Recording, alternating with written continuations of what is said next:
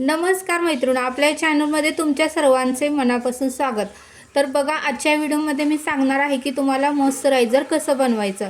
तर मैत्रिणींनो, आपण ज्यावेळेस घरामध्ये असतो त्यावेळेस आपण चेहऱ्याला ज्यावेळेस फेस पॅक लावतो किंवा आपले घरातील जी आपण घरगुती फेस पॅक बनवतो तोही लावतो, त्यावेळेस बघा ते लावून झाल्यानंतर आपल्याला मॉइश्चरायझर लावायचं आहे की जेणेकरून आपली त्वचा मऊसूद आणि क्लीन व्हावी यासाठी आपण मॉइश्चरायझर लावायचं असतं मैत्रिणींनो। तर ते घरच्या घरी कसं बनवायचं ते मी तुम्हाला सांगणार आहे। तर मैत्रिणींनो, त्यासाठी काय करायचं आहे, एक साजूक तूप म्हणजे घरातील तूप आपल्याला घ्यायचं आहे। 1-2 चमचे घ्या। आता मी अगोदर बनवून ठेवलेलं आहे, तुम्हाला दाखवण्यासाठी मी येथे कमी घेतलेला आहे। तर मैत्रिणींनो, याच्यामध्ये आपल्याला 2 ते 3 थेंब पाण्याचे टाकायचे आहेत।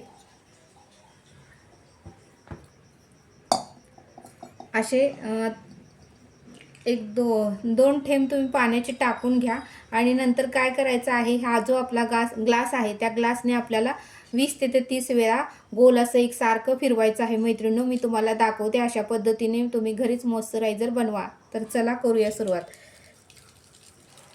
असं एकसारखं मैत्रिणींनो 20-30 वेळा आपल्याला घासून घ्यायचं आहे।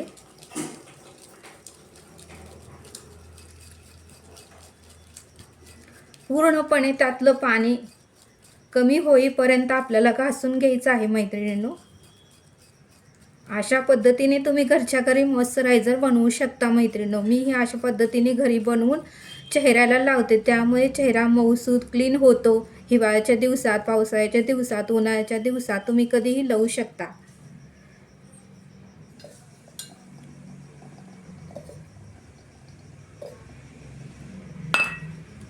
बघा, आता हे तुपाचा कलर बदलत आहे, पूर्णपणे पांढरं झालेले आहे आपले क्रीम। अशा पद्धतीने हे मॉइश्चरायझर तुम्ही एका डबीमध्ये भरून ठेवू शकता मैत्रिणींनो। ज्यावेळेस तुम्ही चेहऱ्याला फेस पॅक वगैरे लावता त्यावेळेस ही क्रीम तुम्ही लावू शकता। तर बघू शकता मैत्रिणींनो, किती छान आपलं मॉइश्चरायझर बनवून तयार झालेलं आहे। अशा पद्धतीने तुम्ही घरच्या घरी मॉइश्चरायझर बनवा। आता हे पाणी जे आहे ते मी काढून घेते। बघा, एक डबी करा आणि त्यामध्ये हे तुम्ही काढून ठेवा आणि अशा पद्धतीने तुम्ही तुमच्या चेहऱ्याला एकसारखं लावा।